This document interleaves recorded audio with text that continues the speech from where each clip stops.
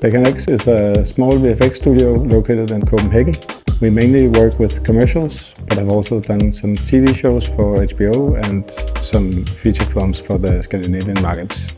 So we did this spot with the director Andreas Nielsen for Etsy. The film is called Gift from France, and it starts out with the French coming into the New York harbor in the 1800s on a boat called Isère, which was the boat that transported the Statue of Liberty as a gift from the French people to New York.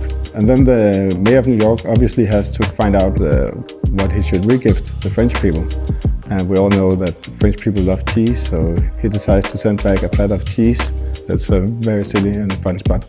We used Houdini extensively for this project. We used the crowd tools on the harbor for all the spectators. All the boats have crowds in them. And the end scene in France, the crowd going wild with baguettes, also done in Houdini. Then we used vellum for some of the crowd cloth, flags for the crowds. All the boats have flags. Then we used the pyro toolset for all the smoke in the harbor, all the chimneys from the boats or the chimneys on the harbor. And then we did a little bit of rigid body simulation of throwing baguettes in the end shot. And we also rendered the crowd in Solaris and Karma.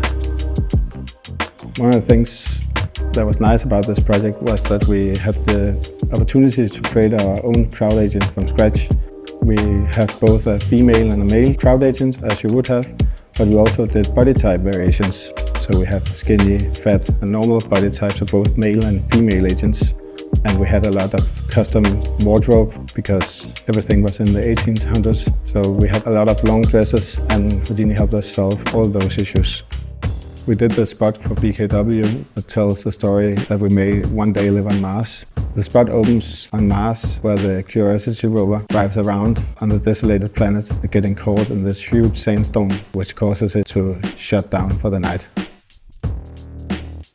For the Mars environment, we started very early on, already in the previous stage, using the terrain tools for low-res geometry for the previous. And then once the director was happy with the shots, we focused in on the areas that was in the edit and used Houdini's terrain and instancing tools to add a lot of details. So we had to create this big sandstorm engulfing the robot, which we created using Houdini's pyro tool sets and pop solvers. This was our first project using Solaris. We exported all our assets and terrain as USD from subs and brought it into Solaris, did the shading there and the lighting, and then we finally rendered it with V-Ray.